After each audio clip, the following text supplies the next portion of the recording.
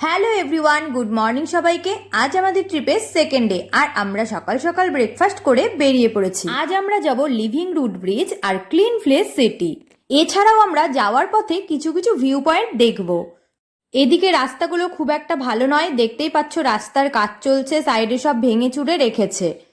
আজকের ট্রিপের first view পয়েন্টে আমরা নেমে পড়েছি। একটা সুন্দর পাহাড় রয়েছে, চারিদিকটা একবার দেখো। আমি তো আনন্দে দৌড়ে দৌড়ে ঘুরছি। এই পাহাড় দেখার পরেই আমরা সোজা চলে এলাম লিভিং রুট ব্রিজে। ব্রিজটি একবার দেখো, গাছের শিকড় দিয়ে কি সুন্দরভাবে তৈরি হয়ে গেছে, যার মাঝখান দিয়ে লোকজন যাতায়াত করছে, আর আমরা সেই ব্রিজেই এখন দাঁড়িয়ে রয়েছি। একেই বলে প্রকৃতির দান। ব্রিজটি কিন্তু ঝুলন্ত অবস্থায় রয়েছে, যারাও নিচে যায় তারপরে তোমাদেরকে ভালো করে দেখাই। এখানে আবার ব্লুবেরি যেখানে সেখানেই পাওয়া যাচ্ছিল, তো আমরা আসার পথে কিনে নিয়েছিলাম আর ব্লুবেরি খেতে খেতে ঘুরছিলাম।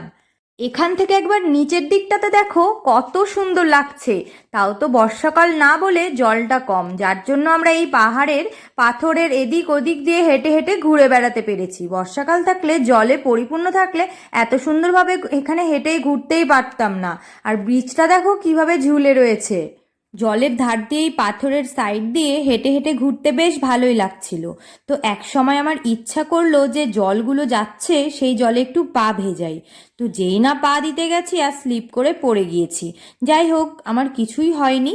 এই জলগুলো অল্প হলেও জলের ভেতরে কিন্তু ভীষণ শ্যাওলা ছিল, যেটা দেখে বোঝাই যাচ্ছিল না। লিভিং রুট ব্রিজে বেশ কিছুক্ষণ থাকার পরে, কিছু ফটো তোলার পরে আমরা সোজা চলে এলাম ক্লিন ভিলেজ সিটিতে।